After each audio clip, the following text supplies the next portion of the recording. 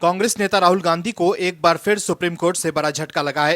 राहुल गांधी के लिए इन दिनों सुप्रीम कोर्ट से लेकर देश की अलग अलग अदालतों से बुरी खबर ही आ रही है, लेकिन सुप्रीम कोर्ट के इस फैसले से राहुल गांधी के लिए बोलना मुश्किल हो गया है। राहुल गांधी अब सोच रहे होंगे कि वो क्या करेंगे, क्योंकि सुप्रीम कोर्ट ने एक झटके में ही उनके प्लान को फेल कर दिया है। मोदी सरकार को घेरने के लिए राहुल गांधी जिस प्लान पर काम कर रहे थे, उस प्लान को ही सुप्रीम कोर्ट ने फेल कर दिया है। ऐसे में अब राहुल गांधी को किसी दूसरे प्लान पर काम करना शुरू कर देना चाहिए। हालांकि राहुल गांधी कितने भी प्लान बना लें, लेकिन उनकी सियासी लॉन्चिंग नहीं हो पा रही है। और अब तो सुप्रीम कोर्ट के जज भी मोदी सरकार के खिलाफ राहुल गांधी से मुद्दा छीन ले रहे हैं। पहले नीट परीक्षा मामले पर राहुल गांधी को कोर्ट से झटका लगा था और अब एक और मामले पर राहुल को झटका लगा है। दरअसल राहुल गांधी इन दिनों जाति जनगणना को लेकर खूब जोर दे रहे हैं और मोदी सरकार को घेरने की कोशिश कर रहे हैं। राहुल गांधी जाति के नाम पर देश को बांटना चाहते हैं।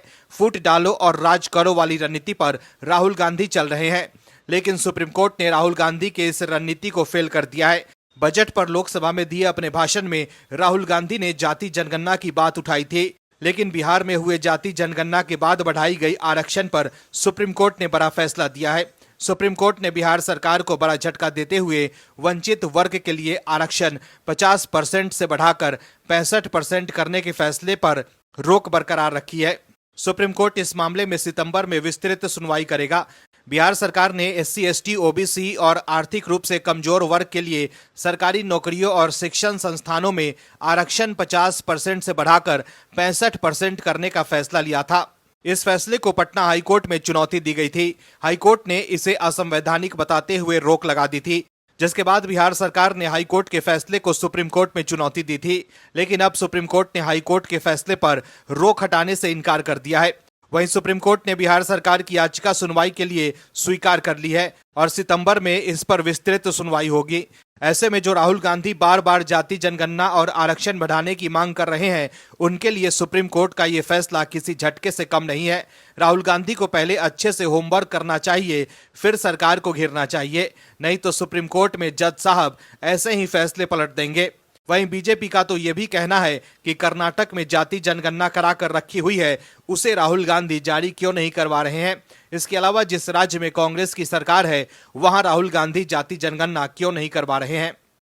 दिल्ली में लगभग एक दशक से आम आदमी पार्टी सत्ता में है, लेकिन अब भी दिल्ली में कुछ भी नहीं बदला है। दिल्ली के लोग पानी और बाढ़ की समस्याओं से जूझ रहे हैं, लेकिन अरविंद केजरीवाल ने अपने लिए शीश महल जरूर बनवा लिया है। लेकिन अब आम आदमी पार्टी के मुखिया अरविंद केजरीवाल ऐसे फंसे हैं कि उनके लिए जेल से बाहर आना मुश्किल हो गया है। आम आदमी पार्टी के नेता अपने आप को कट्टर ईमानदार कहते हैं, लेकिन कोर्ट में जो हुआ है उसके बाद अरविंद केजरीवाल की मुश्किलें बढ़ सकती है। दिल्ली के मुख्यमंत्री अरविंद केजरीवाल की मुसीबत अभी कम नहीं होने वाली है। देश की जांच एजेंसी लगातार अपनी कार्रवाई तेज कर रही है। अरविंद केजरीवाल के लिए ऐसा वाटर टाइट केस तैयार किया जा रहा है कि वो चाह कर भी निकल नहीं पाएंगे। ईडी के बाद अब CBI ने भी ऐसी तैयारी कर ली है कि जो भी लोग शराब घोटाले में शामिल हैं, उनके लिए अब बचना मुश्किल हो सकता है। देश की राजधानी दिल्ली में आए दिन व्यवस्था चरमरा रही है। प्रतियोगी परीक्षा की तैयारी करने वाले लोग डूबकर जान गंवा रहे हैं, लेकिन अरविंद केजरीवाल के लोग तो भ्रष्टाचार करने के मामले में फंसे हुए हैं। लेकिन कोर्ट से जो खबर आई है, उससे अब अरविंद केजरीवाल की मुसीबत और बढ़ने वाली है। दरअसल दिल्ली के मुख्यमंत्री अरविंद केजरीवाल के खिलाफ CBI ने एक्शन तेज कर दिया है। कथित शराब घोटाले में गिरफ्तार अरविंद केजरीवाल के खिलाफ CBI ने राउस एवेन्यू कोर्ट में चार्जशीट दायर कर दी है। स्पेशल जज कावेरी बावेजा की अदालत में आरोप पत्र दाखिल किया गया है। इससे पहले ईडी ने करीब 200 पेज का आरोप पत्र मुख्यमंत्री अरविंद केजरीवाल और आम आदमी पार्टी के खिलाफ दाखिल किया था। अरविंद केजरीवाल को पिछले महीने 26 जून को CBI ने गिरफ्तार किया था। उन्हें इसी केस से जुड़े मनी लॉन्ड्रिंग केस में 21 मार्च को गिरफ्तार किया गया था। ईडी भी उनके खिलाफ चार्जशीट दायर कर चुकी है, जिसमें केंद्रीय जांच एजेंसी ने उन्हें शराब घोटाले का मुख्य साजिशकर्ता बताया है। इससे पहले CBI के मामले में राउस एवेन्यू कोर्ट ने अरविंद केजरीवाल की न्यायिक हिरासत 8 अगस्त तक बढ़ा दी थी। वहीं आपको सुप्रीम कोर्ट से एक और बड़ा झटका लगा है। सुप्रीम कोर्ट ने आबकारी नीति और भ्रष्टाचार के मामले में आप नेता मनीष सिसोदिया की जमानत याचिका पर सुनवाई को 5 अगस्त तक स्थगित कर दिया है। सुप्रीम कोर्ट ने आबकारी नीति मनी लॉन्ड्रिंग मामले में जमानत याचिका खारिज करने के दिल्ली उच्च न्यायालय के आदेश को चुनौती देने वाली आप नेता मनीष सिसोदिया की याचिका पर सुनवाई 5 अगस्त तक के लिए स्थगित कर दी है। अतिरिक्त सॉलिसिटर जनरल एसवी राजू ने ईडी के लिए जवाब दाखिल करने के लिए और समय मांगा, जिसके बाद न्यायमूर्ति बीआर गवई और केवी विश्वनाथन की पीठ ने सुनवाई स्थगित कर दी। इस मामले में आप के नेताओं के साथ साथ आम आदमी पार्टी पर भी कार्रवाई को लेकर खतरा मंडरा रहा है। जांच एजेंसी द्वारा अरविंद केजरीवाल को कथित शराब घोटाले के मुख्य साजिशकर्ताओं में से एक बताया गया है, जिसमें आरोप लगाया गया है कि आम आदमी पार्टी को 100 करोड़ रुपए की रिश्वत मिली। पिछले महीने अरविंद केजरीवाल की रिमांड मांगते हुए सीबीआई ने अदालत में कहा कि अरविंद केजरीवाल आपराधिक साजिश के मुख्य साजिशकर्ताओं में से एक हैं। ये पता चला है कि अरविंद केजरीवाल के करीबी विजय नायर, जो आपके पूर्व मीडिया प्रभारी थे, शराब कारोबारियों से संपर्क कर रहे थे और प्रस्तावित शराब नीति में फायदा पहुंचाए जाने के बदले रिश्वत की मांग कर रहे थे। सीबीआई ने दावा किया है कि 100 करोड़ रुपए की रिश्वत ली गई है और इसमें से 44.45 करोड़ रुपए जून 2021 से जनवरी 2022 के बीच हवाला चैनल्स के जरिए गोवा विधानसभा चुनाव में प्रचार के लिए भेजे गए। तो देखा आपने कैसे आम आदमी पार्टी की मुश्किलें बढ़ती जा रही है। कांग्रेस नेता राहुल गांधी मोदी सरकार को घेरने के लिए नए नए मुद्दे ढूंढ कर लाते हैं, लेकिन वो अलग बात है कि अपने द्वारा लगाए गए आरोपों को वो आज तक साबित नहीं कर पाए हैं। उल्टा पीएम मोदी और मोदी सरकार पर आरोप लगाने और भ्रम फैलाने की वजह से सुप्रीम कोर्ट में माफी भी मांग चुके हैं। जो राहुल गांधी कहते हैं डरो मत, वो खुद माफी मांग चुके हैं, लेकिन अब भी राहुल गांधी बीजेपी और मोदी सरकार के खिलाफ दुष्प्रचार कर रहे हैं। राहुल गांधी सिर्फ आरोप लगाना जानते हैं, लेकिन जो बात बाहर आई है उसके बाद राहुल गांधी देश के सामने एक्सपोज हो गए हैं। नीट परीक्षा मामले पर सुप्रीम कोर्ट के फैसले के बाद राहुल गांधी के लिए बोलना मुश्किल हो गया है, लेकिन अब दूसरे मामले पर राहुल गांधी बीजेपी को घेर रहे हैं, लेकिन उन्हें जवाब भी मिल गया है। दरअसल नेता प्रतिपक्ष को देखकर शायद देश के अधिकतर लोगों को एक गाना आज याद आ रहा होगा कि ये नादान परिंदे बैठ जा। दोस्तों, राहुल गांधी नेता प्रतिपक्ष बन गए हैं। हमारे देश की लोकतांत्रिक प्रक्रिया की ये खूबसूरती है कि वो लोग भी देश के संवैधानिक पदों पर बैठे हैं जिन्हें नियम तक नहीं मालूम होते हैं। दर्शकों, हम बात कर रहे हैं नेता प्रतिपक्ष राहुल गांधी की, लेकिन दर्शकों, लोकसभा में जब नेता प्रतिपक्ष बोल रहे थे तो लगा कि आज कोई नए नवेले सांसद देश को संबोधित कर रहे हैं। राहुल गांधी ने सदन में अंबानी और अडानी का जिक्र किया। इस मुद्दे पर संसदीय कार्य मंत्री किरण रिजिजू ने आपत्ति जताई। किरण रिजिजू ने कहा कि नेता प्रतिपक्ष को नियमों की जानकारी नहीं है। उन्होंने कहा कि राहुल गांधी ने सदन की गरिमा गिराई है। राहुल गांधी की तरफ से अंबानी और अडानी का जिक्र किए जाने पर लोकसभा स्पीकर ओम बिरला ने भी राहुल गांधी को टोका। लोकसभा अध्यक्ष ओम बिरला ने कहा कि सदन में सदन से बाहर के सदस्य के नाम का जिक्र नहीं किया जा सकता है। आपकी पार्टी के नेता ने ही लिखित में दिया था कि सदन के बाहर के सदस्य का नाम का जिक्र नहीं किया जाएगा। इस पर राहुल गांधी ने कहा कि वो अंबानी अडानी का नाम नहीं लेंगे। राहुल गांधी ने कहा कि मैं A1 A2 कहूंगा। राहुल ने कहा कि इन्हें A1 A2 की रक्षा करनी है, वो ऊपर से आदेश आया है, मैं समझ सकता हूं, ये लोकतंत्र है सर, वो डिफेंड कर सकते हैं। राहुल गांधी ने कहा कि अगर मंत्री A1 और A2 को डिफेंड कर सकते हैं तो मुझे खुशी है सर। इस पर संसदीय कार्य मंत्री खड़े हो गए और उन्होंने कहा कि आपने यील्ड नहीं किया, तभी मुझे लगा कि कहना चाहिए आपने पीएम को बोलने नहीं दिया। संसदीय कार्य मंत्री ने कहा कि 10 सेकंड मांगा कि हम यील्ड मांगते हैं, मैं नियम के तहत बोल रहा हूं, इतना तो कटसी होना होता है राहुल जी। तो वहीं लोकसभा स्पीकर ने भी राहुल गांधी को ज्ञान देते हुए उन्हें नियम समझाया। ओम बिरला ने राहुल गांधी से कहा कि आप नियम के बारे में अध्ययन करें। राहुल गांधी पर निशाना साधते हुए किरण रिजिजू ने कहा कि आप सदन के नियम नहीं जानते, आप सदन के अध्यक्ष को चुनौती देते हैं। वहीं अग्निवीर के मुद्दे पर भी राहुल गांधी घिर गए हैं। अग्निवीर के मुद्दे पर राहुल गांधी को रक्षा मंत्री राजनाथ सिंह ने जवाब दिया। राजनाथ सिंह ने राहुल गांधी पर झूठ फैलाने का आरोप लगाया। रक्षा मंत्री राजनाथ सिंह ने राहुल गांधी को टोका कि आप फिर से अग्निवीर के बारे में सदन के माध्यम से देश के भीतर भ्रम फैला रहे हैं। दर्शकों, राहुल गांधी को समझने की जरूरत है कि सदन नियम से चलती है, ना कि सिर्फ बतौलेबाजी से। राहुल गांधी के पास एक ही मुद्दा है, अडानी और अंबानी का। उसके अलावा राहुल गांधी कुछ नहीं बोल पाते हैं। हर मुद्दे को राहुल गांधी घुमा फिरा कर अडानी और अंबानी पर ले जाते हैं। इससे पहले पिछली बार जब राहुल गांधी ने सदन में भाषण दिया था तब उन्होंने नीट का मुद्दा जोर शोर से उठाया था और काफी आक्रामक के साथ उन्होंने शिक्षा मंत्री को घेरा था। लेकिन सुप्रीम कोर्ट के फैसले के बाद इस बार सदन में वो नीट परीक्षा पर नहीं बोल पाए। पेपर लीक का मुद्दा उन्होंने जरूर उठाया, लेकिन सुप्रीम कोर्ट के फैसले के बाद अब नीट मामले पर वो बोल नहीं पा रहे हैं। वहीं जिस अडानी और अंबानी को लेकर वो मोदी सरकार पर निशाना साधते हैं, उसी अडानी के साथ उनकी पार्टी की राज्य सरकार डील करती है। इस पर राहुल गांधी चुप रहते हैं। कपिल सिब्बल और अभिषेक मनु सिंघवी विपक्ष के दो ऐसे वकील हैं जो बात बात पर मोदी सरकार के खिलाफ सुप्रीम कोर्ट पहुंच जाते हैं और हर मुद्दे पर विरोध जताते हैं। विपक्षी नेताओं का भी ज्यादातर केस यही दोनों वकील लड़ते हैं। मोदी सरकार कोई भी फैसला ले उससे इन दोनों को काफी तकलीफ होती है।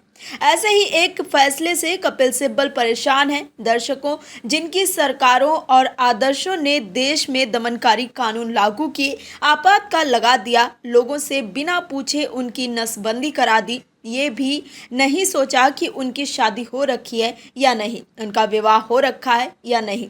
उस समय के एक युवराज को दिल्ली में झुग्गी बस्ती पसंद नहीं थी तो उस पर बुलडोजर चलवा दिया, वो भी तुर्कमान गेट पर, जहां सैकड़ों लोगों की कथित तौर पर जान चली गई। आज उनके ही पूर्व नेता और निर्दलीय राज्यसभा सांसद कह रहे हैं कि वर्तमान सरकार व्यवस्थागत रूप से देश के संस्थागत निकायों पर कब्जा करना चाहती है। राज्यसभा सदस्य और वरिष्ठ अधिवक्ता कपिल सिब्बल ने कहा कि नए आपराधिक कानून पहले से अधिक दमनकारी हैं और इनका उद्देश्य देश के नागरिकों को नियंत्रित करना है। उन्होंने कहा कि ऐसे देश में लोकतंत्र नहीं हो सकता जहां सरकार का कामकाज व्यक्तियों और संस्थाओं को धमकाने के उद्देश्य से कानूनों के दुरुपयोग पर आधारित हो। कपिल सिब्बल ने भारतीय न्याय संहिता BNS और भारतीय नागरिक सुरक्षा संहिता BNSS के प्रावधानों में कुछ विसंगतियों का उल्लेख करते हुए कहा कि इन कानूनों के शीर्षक में पूरी तरह से विवेक का इस्तेमाल नहीं किया गया है। BNS और BNSS में क्रमशः भारतीय दंड संहिता IPC और दंड प्रक्रिया संहिता CRPC का स्थान लिया है। ये कानून 1 जुलाई 2024 से लागू हो चुके हैं। विधि सेंटर फॉर लीगल पॉलिसी द्वारा आयोजित अपराध और सजा का व्याख्यान में कपिल सिब्बल ने कहा कि नए कानूनों का उद्देश्य सोशल मीडिया, किसानों, छात्रों सहित देश के नागरिकों को नियंत्रित करना है। कपिल सिब्बल ने कहा कि केंद्रीय गृह मंत्री अमित शाह का दावा है कि इन नए आपराधिक कानूनों को लागू करना औपनिवेशिक युग से बाहर निकलना है और इन कानूनों को और अधिक उदार बनाया गया है। वरिष्ठ अधिवक्ता ने कहा कि हालांकि उन्होंने जो कहा है वो इसके ठीक विपरीत है। कपिल सिब्बल ने कहा कि ये सब दिखाता है कि अब इस देश में राजनीति, या कहें कि इस देश में कानून राजनीति का साधन बन गया है। इन 3 कानूनों का इस्तेमाल अब न्याय के लिए नहीं बल्कि ये सुनिश्चित करने के लिए किया जाएगा कि आप लोगों को सजा दें। यही बात गैर कानूनी गतिविधियां अधिनियम UAPA के साथ भी है। सिब्बल ने कहा कि बच्चों सहित लोगों के सशक्तिकरण और युवाओं की बेरोजगारी जैसे वास्तविक मुद्दों पर ध्यान देने के बजाय सरकार अब ऐसे कानून बना रही है जो लोगों के जीवन को खतरे में डालेंगे और ये सुनिश्चित करेंगे कि वे संविधान के मूल्यों के अनुरूप नहीं बल्कि शासन करने वालों के मूल्यों के अनुरूप काम करें। दोस्तों, जिनके खुद का इतिहास दमन का रहा हो वो दूसरों को समझा रहे हैं कि दमन क्या होता है। मोदी सरकार के हर फैसले से सिब्बल तिलमिलाए हुए हैं। दोस्तों, विपक्ष ये समझा रहा था कि बीजेपी में अंदरूनी कलह मची हुई है। विपक्ष लगातार ये भ्रम फैला रहा था कि PM मोदी और CM योगी में लगातार भिड़ंत है। केशव प्रसाद मौर्य को लेकर विपक्ष कह रहा था कि वो मोहरा हैं। केशव प्रसाद मौर्य को लेकर विपक्ष ये कह रहा था कि वो केंद्र के मोहरे हैं। अखिलेश यादव केशव प्रसाद मौर्य को मानसून ऑफर दे रहे थे। हालांकि मौर्य ने खुद ही अखिलेश यादव को जवाब दे दिया था, जिसके बाद अखिलेश यादव कुछ बोलने के लायक नहीं रह गए। वहीं अब जो लोग ये सोच रहे थे कि योगी को CM पद से हटाया जा सकता है, उनको बड़ा झटका लगा है। आम आदमी पार्टी के नेता भी दावा कर रहे थे कि योगी को CM पद से हटा दिया जाएगा, लेकिन CM योगी ने जो काम किया है उससे PM मोदी भी गदगद है और अब PM मोदी ने अपनी एक बात से विपक्ष के सारे मंसूबों पर पानी फेर दिया है। PM मोदी ने साफ कर दिया है कि भाई अब 2027 का चुनाव CM योगी के नेतृत्व में ही लड़ा जाएगा। दरअसल उत्तर प्रदेश में लोकसभा चुनाव में अपेक्षित रिजल्ट नहीं आने के कारण प्रदेश बीजेपी नेताओं के भीतर जारी टकराव के बीच प्रधानमंत्री नरेंद्र मोदी ने यूपी के CM योगी आदित्यनाथ की तारीफ की है। PM मोदी ने बीजेपी शासित राज्यों के मुख्यमंत्रियों और उप मुख्यमंत्रियों की बैठक में योगी की तारीफ की। उन्होंने कहा कि योगी सरकार राज्य में एक ऐसी योजना चला रही है जिसको देश के अन्य राज्यों को भी अपने यहाँ लागू करना चाहिए। इस बैठक में राम मंदिर और काशी विश्वनाथ कॉरिडोर की तरह प्रत्येक राज्य के प्रमुख मंदिरों के विकास की योजना बनाने की बात कही गई। इसके अलावा प्रधानमंत्री नरेंद्र मोदी ने निर्देश दिया कि सभी राज्यों को जल जीवन मिशन के तहत हर घर नल से जल योजना पर जोर देना चाहिए। इसके साथ ही स्वच्छ गंगा मिशन, स्वच्छ भारत अभियान पर भी जोर देने की जरूरत है। सूत्रों ने बताया कि मुख्यमंत्री परिषद की इस बैठक में राज्यों की कुछ योजनाओं की तारीफ हुई। पीएम मोदी ने कहा कि अलग राज्यों की सफल और विशेष योजनाओं को प्रत्येक राज्य को अपनाना चाहिए। इस क्रम में उन्होंने असम सरकार की पारदर्शी रोजगार योजना की तारीफ की। फिर यूपी की ग्राम सचिवालय व्यवस्था की तारीफ हुई। त्रिपुरा की हमार सरकार योजना, गुजरात की दिन में बिजली, किसान सूर्योदय योजना और बिहार सरकार की अवैध खनन की रोकथाम को लेकर उठाए गए कदम की पीएम मोदी ने तारीफ की। सूत्रों ने बताया कि पीएम मोदी ने मुख्यमंत्रियों से इन कार्यक्रमों को गंभीरता से लेने के निर्देश दिए, लेकिन पीएम मोदी ने सीएम योगी की तारीफ कर ये संदेश दे दिया है कि सीएम योगी आदित्यनाथ ही रहेंगे और जो लोग ये सपने देख रहे थे कि योगी सीएम नहीं रहेंगे, उनकी नींद गायब हो गई है। Bureau report, OMH news. और भी वीडियोस देखने के लिए चैनल को सब्सक्राइब करें और बेल आइकन को दबाएं।